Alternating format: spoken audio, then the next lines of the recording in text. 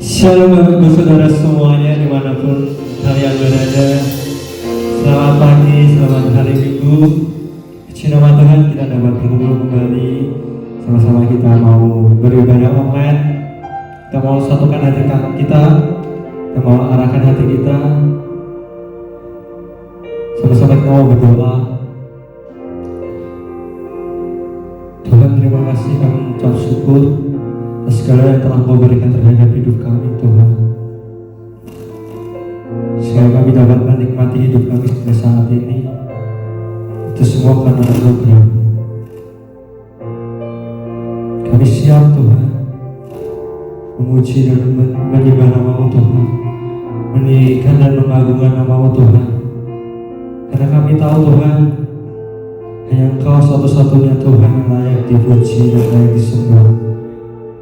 Biarlah Roh Kudus-Mu Tuhan yang menguasai setiap hidup kami.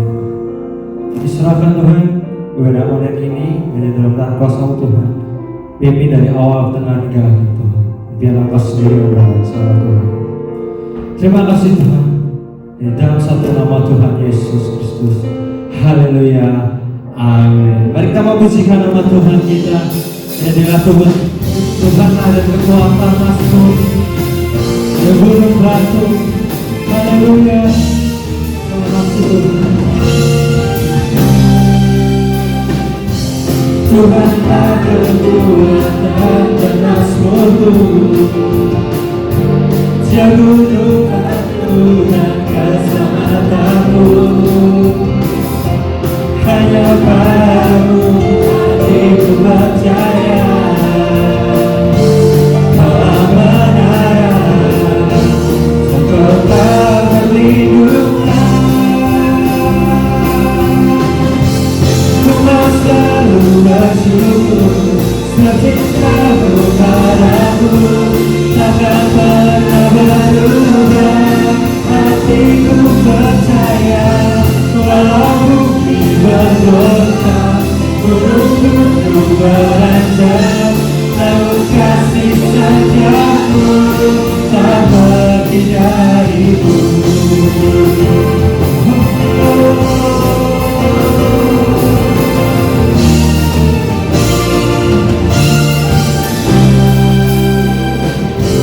Tuhanlah kekuatan, Dia gunung batu dan keselamatanku. Dan keselamatanku hanya padamu Tuhan, hanya padamu hatiku percaya. Malah menara dan kota berlindunglah. Ku mau selalu bersyukur cinta-Mu padaku. Takkan pernah hatiku percaya. Ku percaya walau bumi bergetar, gunung-gunung beranjak, namun kasih setia-Mu tak pergi dariku.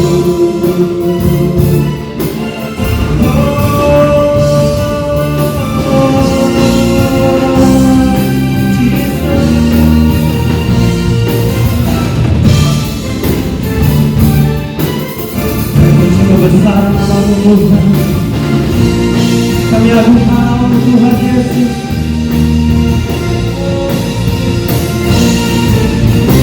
Teman-teman bisa mengatakan ku mau selalu bersyukur. Ku mau selalu bersyukur sebab cinta-Mu padaku. Takkan pernah berubah, hatiku percaya. Walau bumi bergoncang, gunung-gunung beranjak, namun kasih setia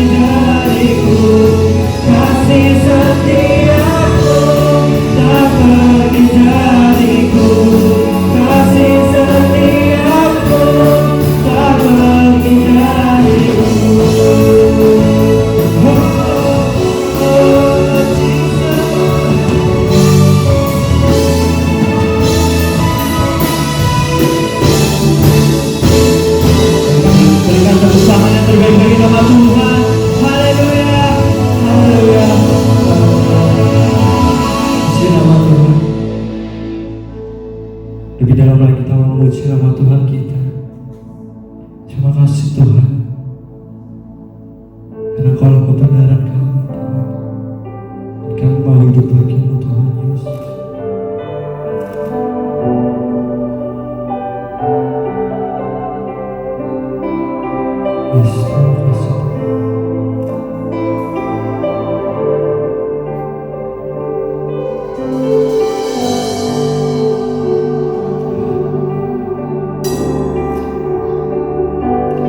Yesus kau kebenaran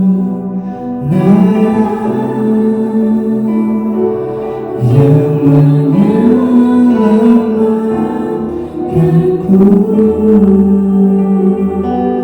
Kau memberikanku hidup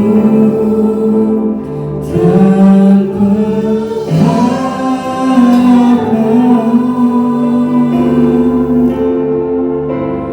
Ku ikut kehadapmu, ku perlu anugerahmu, ku nyatakan janjimu kepadamu.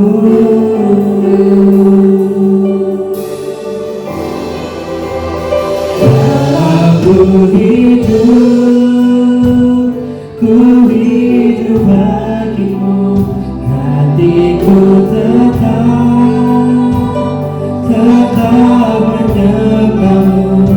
Dunia tak bisa menjauhkanku dari kasih-Mu. Selama ku hidup bagimu, mataku tetap memandangmu. Dunia tak bisa menjauhkanku dari kasih-Mu.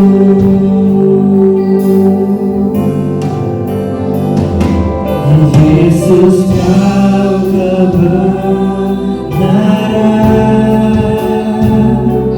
yang menyelamatkanku. Kau memberikanku hidup tanpa harapan.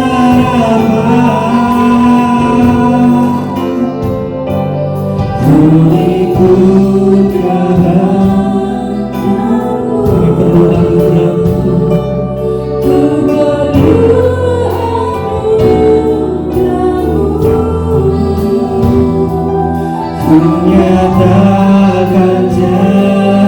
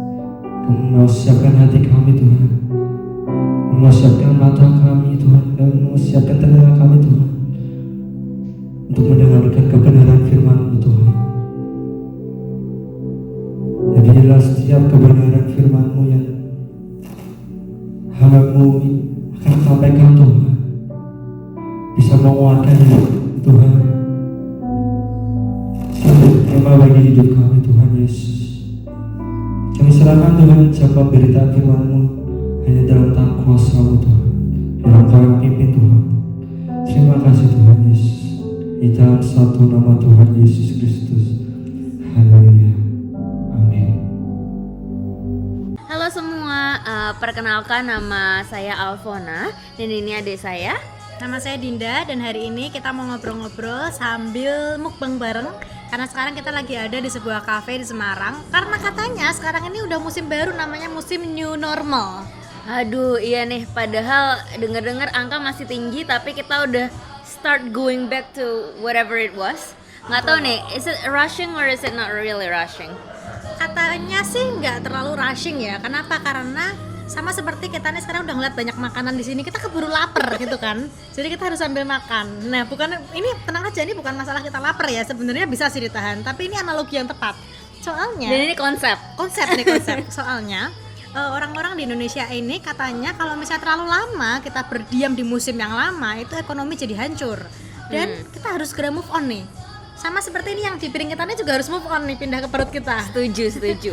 Nah, sambil kita makan, kita mau ngobrolin lebih lanjut apa sih hubungannya yang kita ngobrolin soal musim corona ini dengan musim-musim di kehidupan kita. Ya, tentunya saya rasa setiap orang pasti punya masa-masa musim-musim yang berbeda dari setiap tahapan ya. Dari mungkin dulunya bayi kecil diurusin orang tua, terus saatnya sekolah, kemudian mungkin nanti musim bekerja, musim mencari jodoh, musim berkeluarga, dan sebagainya. Sebelum kita ngobrolin lebih dalam itu, apa sih musim itu? Maksudnya musim-musim apa aja sih? Ya, kalau ngomongin musim itu sesuatu yang memang sih berganti gitu ya. Kalau di Amerika kemarin, oh ya ngomong-ngomong kamu habis pulang dari Amerika kan? Gimana di sana ada musim apa aja? Boleh sharing dong. Di sana ada musim dingin, musim panas, musim semi, musim gugur. Banyak Empat-empatnya. Iya dong. Iya. Kalau di Indonesia cuma 2 doang. Tenang, enggak kalah. Kalau di Indonesia musimnya sebenarnya juga ada banyak. Nih, musim durian, musim mangga, musim apel. Enggak ya, kalau apel musim terus ya. Tapi ada buah-buahan yang musiman gitu kan. Itu banyak loh musimnya loh. Enggak kalah kan? Nah, Iya. Kalau musim mangga enak dong. Kalau nggak musimnya beli mangga, cuman ini ya asem ya. iya benar. Jadi kemarin tuh juga sempat ada cerita. Aku tuh beli mangga, tapi waktu itu belum musim mangga. Jadi meskipun tampilannya tuh menarik nih, udah menggiurkan, udah mau beli, ternyata ketika dimakan rasanya asem. Nah, itu ternyata karena habis itu akhirnya kesimpulan kita adalah mesti nungguin musim mangga. Gitu. Emang nggak ada yang mangganya enak atau buah lain yang enak walaupun bukan musimnya? Mungkin ada ya. Karena namanya penjual buah pasti ada tuh yang menyediakan barang-barang yang meskipun bukan musimnya tapi tetap ada. Tapi harganya jadi mahal sekali. Jadi ada harga yang harus dibayar ketika kita itu apa ya? Kalau bahasa Jawanya disi musim. Ada Kamu ya masih bahasa ingat nggak? Jawa. Kamu masih ingat bahasa Jawa nggak? Disi musim. Oh ya, ya paham sih, paham. Nah, Kalau menurut kamu ada korelasinya nggak sih dengan kita ngomongin mangga di si musim dengan kehidupan kita? ngomongin tentang korelasi itu menurutku sebenarnya ini sangat relate dengan apa yang sekarang kita sedang jalani ya. Karena kita tuh kemarin ada di musim Covid ya.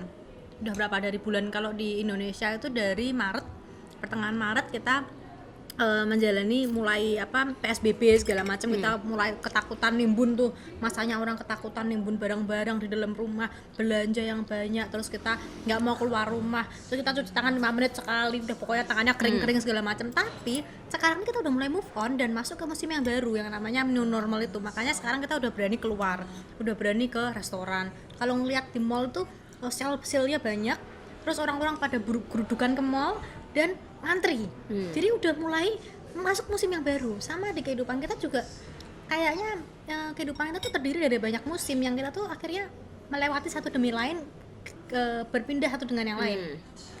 Nah, cuman kadang ya ngomongin soal berganti musim, kadang itu beberapa orang susah loh untuk mengenali kalau mereka sedang transition pindah ke musim lainnya, atau mereka bahkan nggak tahu di musim apa sih mereka sekarang ini.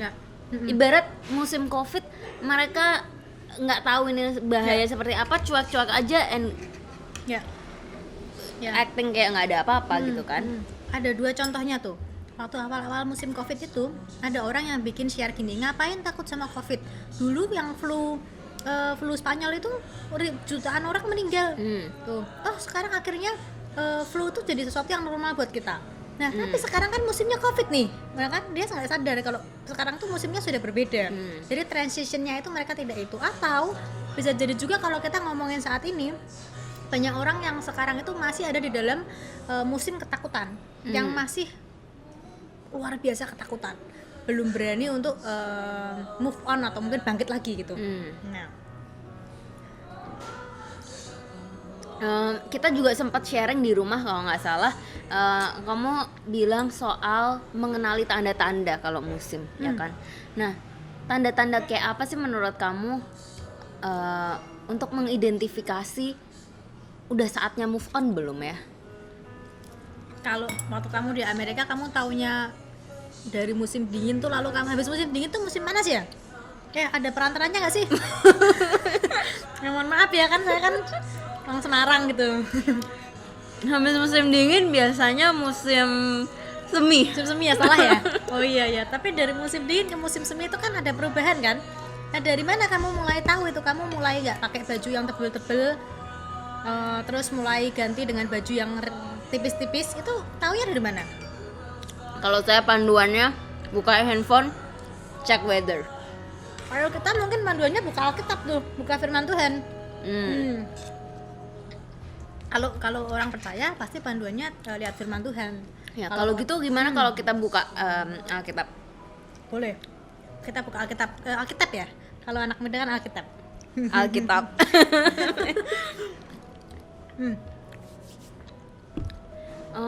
Buka di mana nih kali ini? Kita buka di Ecclesiastes 3 verse 1. Kamu Kalau punya di bahasa translate, Indonesia versi bahasa Indonesianya Versi nggak? bahasa Indonesianya itu pengkhotbah ya. Oke, ayat 1. Untuk segala sesuatu ada masanya, untuk apapun di bawah langit ada waktunya. Ada waktu untuk lahir, ada waktu untuk meninggal, ada waktu untuk menanam, ada waktu untuk mencabut yang ditanam. Ada waktu untuk membunuh, ada waktu untuk menyembuhkan, ada waktu untuk merombak, ada waktu untuk membangun. Ada waktu untuk menangis, ada waktu untuk tertawa, ada waktu untuk meratap, dan ada waktu untuk menari. Ada waktu untuk membuang batu, ada waktu untuk mengumpulkan batu. Ada waktu untuk memeluk, ada waktu untuk menahan diri dari memeluk. Ada waktu untuk mencari, ada waktu untuk membiarkan rugi. Ada waktu untuk menyimpan, ada waktu untuk membuang. Ada waktu untuk merobek, ada waktu untuk menjahit, ada waktu untuk berdiam diri, ada waktu untuk berbicara. Ada waktu untuk mengasihi, ada waktu untuk membenci. Ada waktu untuk perang, dan ada waktu untuk damai. Apa yang kamu dapat dari ayat tadi? Aku bener-bener ingat banget dengan kalau aku hubungkan dengan pekerjaanku di dunia pendidikan anak-anak. Semua itu ada waktunya. Tapi kadang-kadang orang tua tuh ngeburu-buruin anaknya, ya. Oh ya, contohnya? Contohnya, anak itu kan biasanya akan, kalau misalnya otot-otot kakinya sudah siap, dia akan berdiri sendiri dan jalan sendiri, nggak perlu dipaksa. Tapi orang tua itu nggak tahu, sudah nggak terhitung banyaknya yang nanya sama saya gimana caranya supaya anaknya lebih cepat bisa berdiri dan lebih jalan. Lalu segala macam cara dilakukan pokoknya supaya anaknya bisa cepat jalan sama berdiri. Itu pertama. Atau mungkin contoh yang lebih sering dipahami orang adalah ketika anak-anak itu membaca dan menulis. Ada waktunya bisa sendiri tapi tetap dipaksa bisa lebih cepat daripada awalnya. Nah, jadi dari ayat itu tadi bilang kalau semua itu ada waktunya, kita tuh udah chill aja lah. Jangan terlalu ngotot atau gimana. Pasti ketika kita siap atau misalnya ada waktunya nanti itu kita akan mendapatkan hal tersebut. Sama seperti anak-anak, kita bisa lihat anak itu siap atau tidak siap. Mungkin kalau dalam konteks kehidupan kita, kalau kita dekat dengan Tuhan, kita bisa dapetin feel-nya. Tuhan bilang sama kita bisa lewat ayat firman Tuhan, bisa lewat teman-teman kita, bisa lewat keluarga kita. Kapan kita siap atau mungkin kapan waktu musim ini akan berlalu. Iya. Nah, menurut saya mungkin orang tua murid kamu itu dalam hati mereka berpikir sambil nunggu siap, ini anak perlu dipersiapkan. Nah, kayak kita sekarang kan menunggu waktu yang tepat, tapi kan bukan berarti kita nggak berusaha. Nah, mungkin itu bentuk usaha. Gimana menurut kamu? Sama kayak orang, misalnya orang yang di sini pasti ada juga yang penonton ini yang usianya sudah cukup matang. Mau nggak kalau misalnya diikutkan pelatihan untuk mengunyah tanpa gigi? Ya kan, atau berjalan pelan-pelan supaya nanti menyiapkan seandainya lututnya sudah nggak sanggup jalan, itu jalannya pelan-pelan. Atau kalau misalnya nanti udah nggak punya gigi, itu makannya tetap bisa makan. Jadi dilatih dulu nih, ya, makannya nggak boleh pakai gigi. Mau nggak? Ya nggak mau, ngapain? Kita nikmati yang sekarang masih punya gigi, lututnya masih sehat. Ngapain kita? Ini apa namanya? Saya jadi ini semangat nih kalau ngomong begini. Ya, jangan ketawa, semangat beneran nih. Nah jadi mau nggak kalau kayak gitu? Enggak. Kenapa? Karena kita tuh perlu menikmati waktu yang ada atau musim yang ada ini. Karena musim yang tadi kita sudah bilang itu silih berganti, berarti ada waktunya akan berganti. Dan kalau sudah berganti, mau musim saat ini kita merasa itu buruk atau baik, suatu saat kita tuh looking back tuh kita bakal ngerasa kangen atau misalnya ada, pastilah sesuatu, everything happens for a reason gitu. Iya. Ya, embracing the process or enjoying the season lah, yang seperti kita obrolin. Kemarin beberapa hari yang lalu saya juga sempat renungan tentang Bahtera Nuh Ya. gitu ya. Hmm.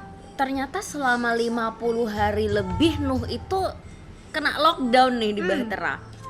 Terus begitu kering dia nggak langsung turun loh. Ya. Dia nggak langsung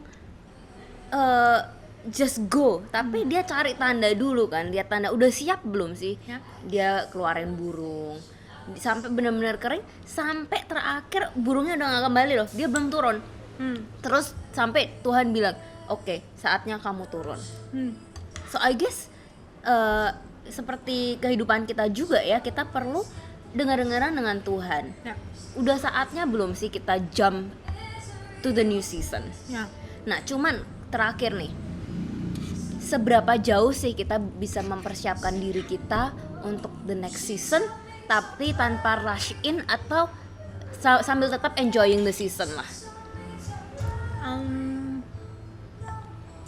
Kita perlu, kalau menurutmu gimana?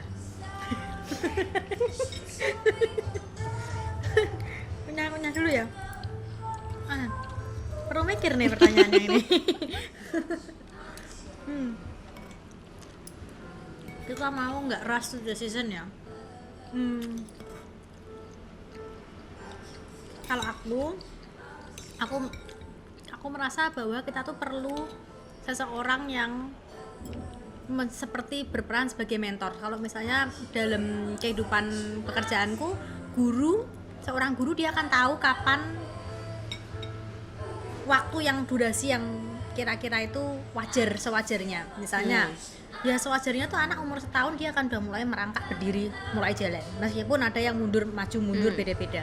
Tapi kita perlu orang yang berperan sebagai mentor seperti itu. Karena orang yang seperti itu dia akan bisa mensupport kita dan dia bisa mulai kayak, oh kayaknya ini we can give it a try, sama kayak anak-anak ya, itu trial and error. Kalau misalnya kita coba untuk anak itu sudah mulai coba-coba atau gimana, itu kita bisa tahu kapan kita rushnya, bukan rush tapi kapan kita mulai start gitu. Kalau misalnya sama sekali orang yang nggak tahu, misalnya tanpa mentor atau mungkin tanpa bimbingan firman Tuhan, itu yang akan bikin kita jadi nggak tahu dan kita rushnya tuh ceroboh gitu. Kalau menurut saya mempersiapkan diri itu nggak masalah, tapi tentunya kita juga harus bisa mengukur kemampuan diri sendiri. Betul. Kalau memang dirasa terlalu berat, bukan terlalu berat lah, tapi take one step at a time. Ya. Ya kan? Apa yang ada di depan kita sekarang, whatever the season, meskipun itu buruk, apa sih yang bisa kamu lakukan? Nah, itu start doing the small things. Nggak usah maksain yang terlalu jauh ke depan. Kayak contoh mungkin anak-anak ya, mungkin pegang pensil aja belum bisa, udah disuruh bisa tulis puisi kan nggak mungkin kan. Jadi one step at a time sih menurut aku. Do not try to skip one step. Embracing the process again is the key. So yeah,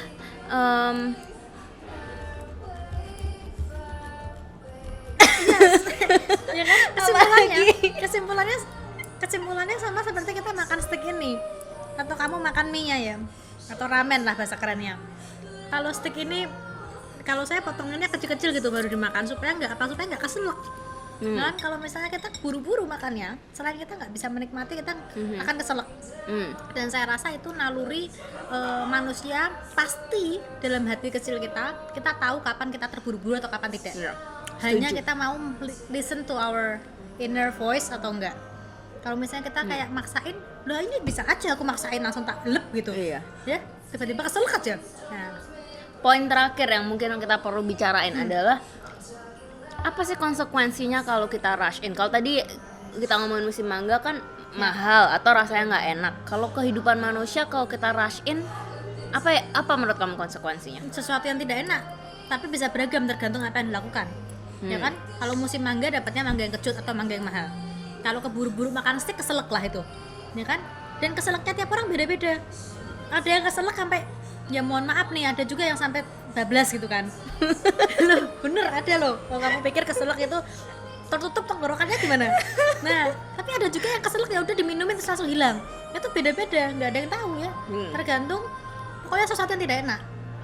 Kalau menurut saya itu, jadi secara naluri kita tahu kapan kita terburu-buru atau tidak terburu-buru. Oke deh. Ya udah kayaknya obrolan kita udah lumayan lama. Iya. Kita mau perlu habisin makanan yang ada di sini.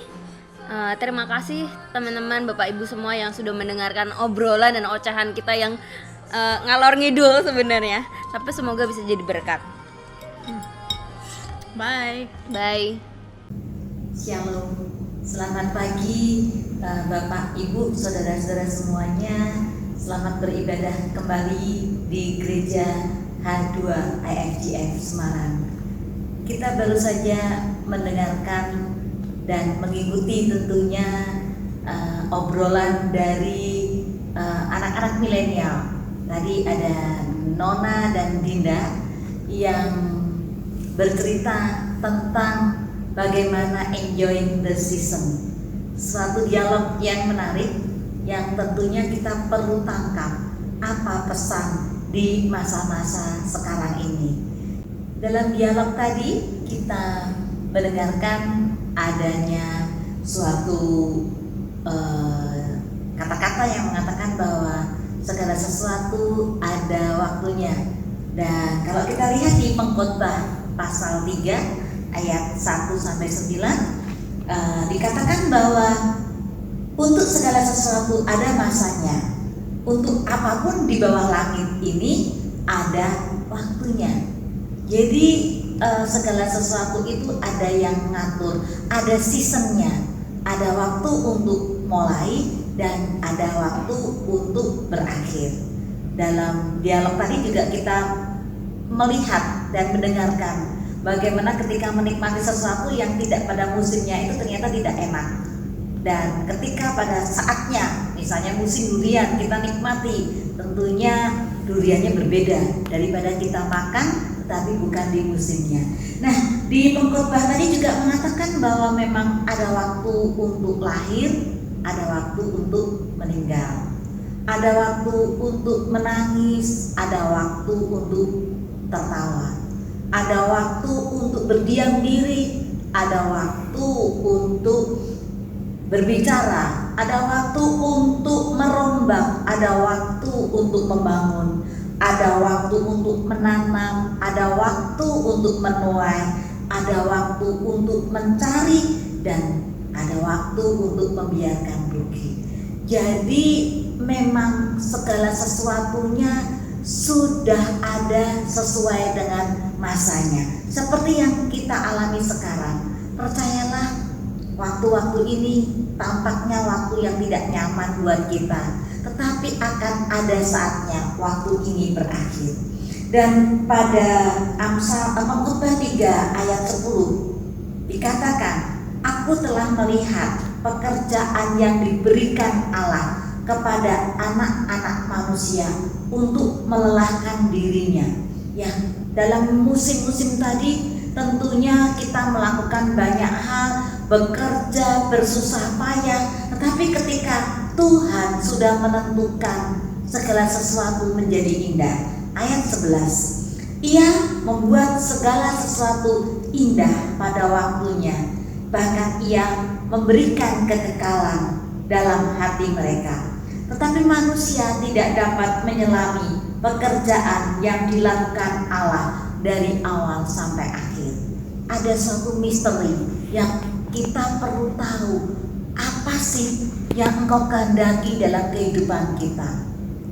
Ya, tentunya kalau misteri tidak akan mudah kita tangkap, kecuali kita banyak berdoa, kita dekat dengan Tuhan.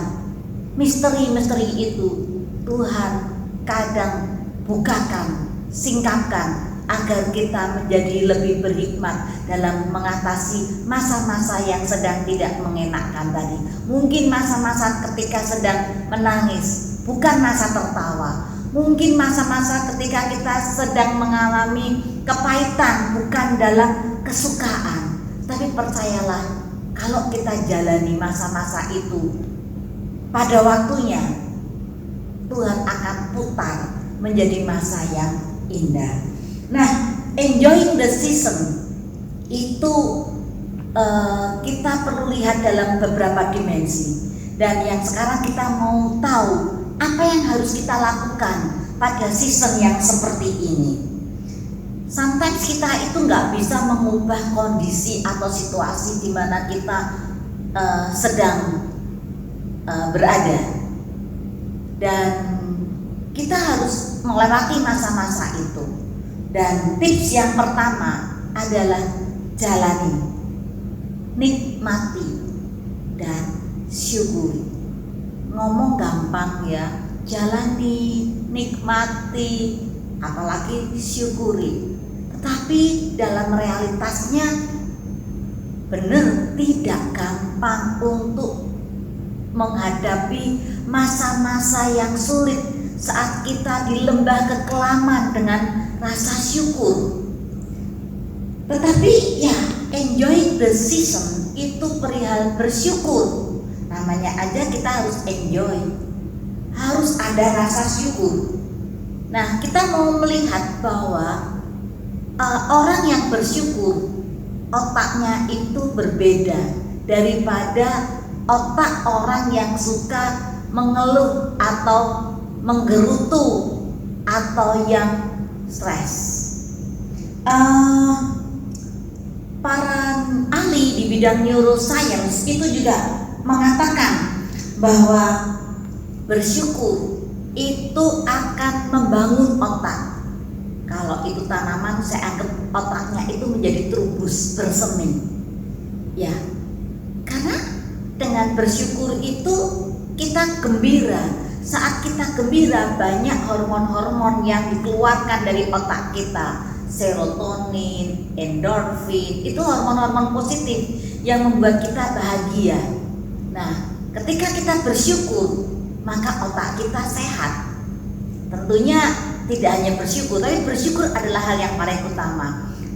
Para neuroscience berkata, selain bersyukur adalah kita olahraga. Nah, karena kalau olahraga, oksigen yang masuk ke dalam tubuh kita semakin banyak ya, dan itu membantu perkembangan syaraf lebih cepat lagi. Kemudian juga tidak tidur terlalu malam, istirahatlah yang cukup. Direkomendasikan tidur cukup jam 10 malam. Ya, kemudian yang ketiga, tips bagaimana otak kita sehat selain bersyukur, tidur tidak terlalu malam, diet karbo.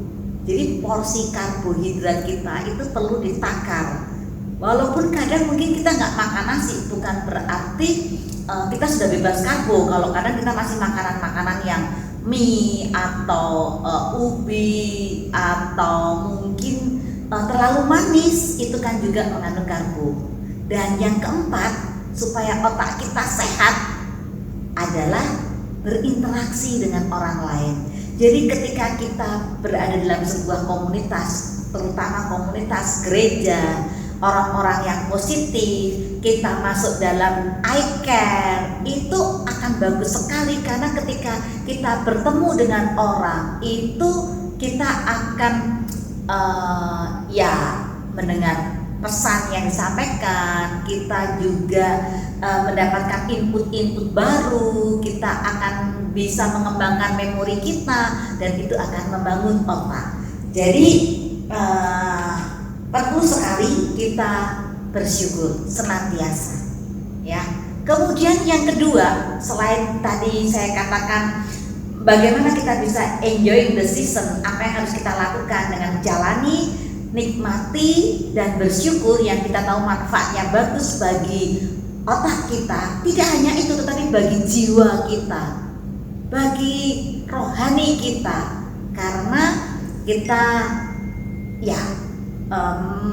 selalu menerima apapun yang Tuhan kasih, sekalipun kondisinya sulit.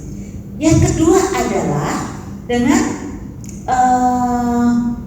be active. Maksudnya adalah bersyukur itu state yang bukan pasif. Bersyukur itu state di mana kita perlu aktif. Jadi bukan berarti oh ya udah kondisiku seperti ini, jalani aja, bersyukur, terima kasih Tuhan, banyak doa, tapi kita do nothing. Nah, Tuhan ingin kita itu menjadi aktif dan produktif. Bersyukur itu harus diikuti dengan sebuah aksi, tindakan, do something. Nah, dengan melakukan sesuatu yang positif, kemudian kita membentuk habit-habit yang positif, kita melakukan terobosan-terobosan, maka perilaku kita juga akan menjadi positif. Kita perlu tahu bahwa perilaku yang positif itu membentuk otak kita. Jadi bukan otak membangun perilaku. Neuroscience berkata perilaku itu membangun otak.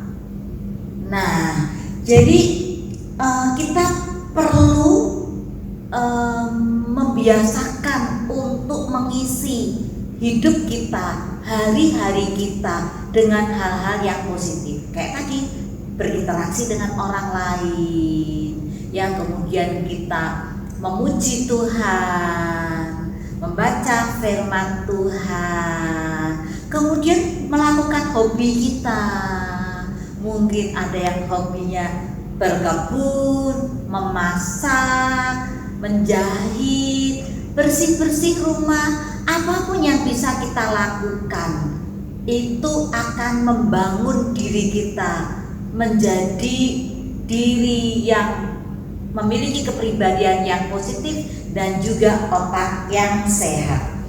Kalau kita berbicara tentang otak itu sangat plastis, ya, sangat mudah dibentuk. Orang-orang yang mengalami stroke itu ketika dengan terapi, dengan perbaikan perilaku, maka kecacatan atau kerusakan pada bagian-bagian tertentu itu bisa pulih kembali. Artinya apa yang kita lakukan itu bisa membangun otak kita, karena otak kita dipengaruhi oleh apa yang kita lakukan dan juga apa yang tidak kita lakukan. Nah, jadi jangan di rumah kita hanya bengong, rebahan aja atau pasif, maka otak kita juga akan menjadi malas. Mari di masa-masa enjoying the season, selain kita bersyukur, kita perlu aktif, membentuk habit yang positif, melakukan hal-hal yang memberkati orang lain, dan juga perilaku-perilaku positif, karena itu akan membangun diri kita. Jadi perilaku setiap hari yang kita lakukan itu penting, karena itu kita perlu berlatih, kita perlu terus mengulang-ulang hal-hal yang baik. Apa yang bisa kita lakukan sebagai ibu rumah tangga, sebagai pekerja, sebagai pelajar atau mahasiswa, sebagai pelayan Tuhan. Kita pasti punya sesuatu yang bisa kita kembangkan dalam keseharian kita, memberkati diri kita dan juga memberkati keluarga kita, serta memberkati orang-orang yang ada di sekeliling kita. Saya ingat ayat yang menarik sekali yang berhubungan dengan enjoying the season dari Filipi 4 ayat yang 7. Damai sejahtera Allah yang melampaui segala akal akan memelihara hati dan pikiranmu dalam Kristus Yesus. Itulah enjoying the season. Kita bersyukur, kita aktif, dan upahnya adalah damai sejahtera Allah. Apa yang lebih penting selain damai sejahtera? Orang boleh punya uang banyak, tapi kalau tidak sejahtera, tidak ada artinya. Orang mungkin sakit dalam kondisi seperti ini. Mungkin kita sulit menemukan obat yang pas, tetapi percayalah, kalau damai sejahtera itu memenuhi hati dan pikiran kita, damai sejahtera itu bisa menyembuhkan kita, menghibur kita, dan membuat kita bahagia dan bisa enjoy the season. Ya, mari kita nikmati hari-hari kita bersama Tuhan. Mari kita berdoa. Tuhan Yesus, Bapa pemelihara hidup manusia, kami sangat bersyukur untuk apa-apa yang sudah Engkau limpahkan kepada kami yang baik, ataupun seolah-olah kami sedang menghadapi hal yang tidak baik. Kami tetap mau bersyukur dan kami menerima kondisi ini, dan kami mau mengisi apa yang kami alami, waktu yang Engkau berikan, situasi yang ada menjadi hal yang menjadi berkat buat kami dan lingkungan kami. Tuhan, berikan hikmat kepada kami agar kami bisa melihat hal-hal yang baik di antara hal-hal yang sedang tidak baik. Ajarkan kami untuk bisa mengucapkan kata-kata syukur, kata-kata yang menghibur orang lain, kata-kata yang menguatkan orang lain, dan kata-kata yang menjadikan berkat bagi siapapun. Tuhan, kami percaya Engkau Allah sumber damai sejahtera akan memenuhi hati dan pikiran kami, dan kami boleh senantiasa berlimpah-limpah dalam kebahagiaan, bukan karena kebahagiaan dari diri kami, tetapi kebahagiaan dari Engkau Allah sumber damai sejahtera. Terima kasih ya Tuhan, berkati setiap pemirsa jemaat yang sekarang mengikuti ibadah ini. Biarlah mereka juga boleh mengalami sukacita dari Tuhan. Dalam kondisi apapun mereka bisa bersyukur dan bisa mengisi hari-harinya, dan Tuhan memberkati kami semuanya. Terima kasih Tuhan. Di dalam nama Yesus kami naikkan puji dan syukur kami. Haleluya. Amin. Kemuliaan hati kami Tuhan. Mau menyembah nama-Mu Tuhan Yesus. Sama-sama kita mengatakan, kalau Kau hidup, kami hidup bagimu Tuhan. Kalau Kau hidup, ku hidup bagimu, hatiku tetap menyembah-Mu. Dunia tak bisa menjauhkanmu dari kasih-Mu. Selama ku hidup bagimu, mataku tetap memandangmu. Dunia tak bisa menjauhkanmu dari kasih-Mu.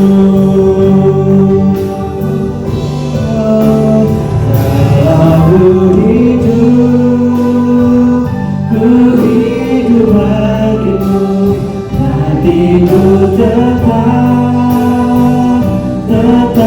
menyembah-Mu.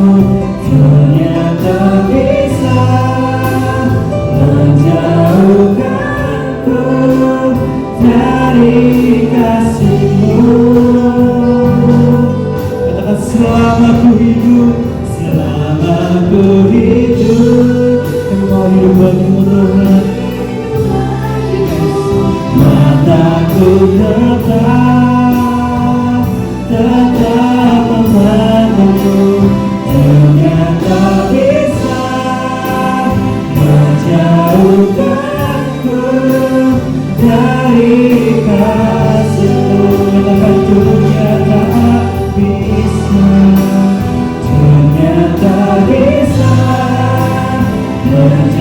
menjauhkanku dari kasih-Mu. Dunia tak bisa, dunia tak bisa menjauhkanku dari kasih-Mu. Sidang jemaat yang dikasihi oleh Tuhan,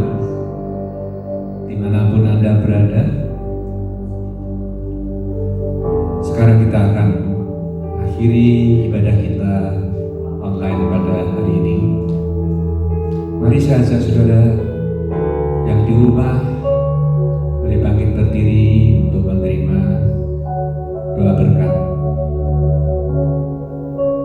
Mari kita berdoa. Bapa yang kami kasihi, kalau Kau hidup adalah hidup bagimu. Kami percaya Tuhan, hidup kami akan penuh dengan makna dan arti. Oleh karena Tuhan sudah menebus kami dari dosa-dosa kami, dan kami layak untuk boleh melayani Tuhan, layak boleh menjadi anak-Mu, dan kami layak menjadi terang dan garam dunia. Terima kasih untuk firman Tuhan yang disampaikan oleh hamba-Mu Ibu Yuli.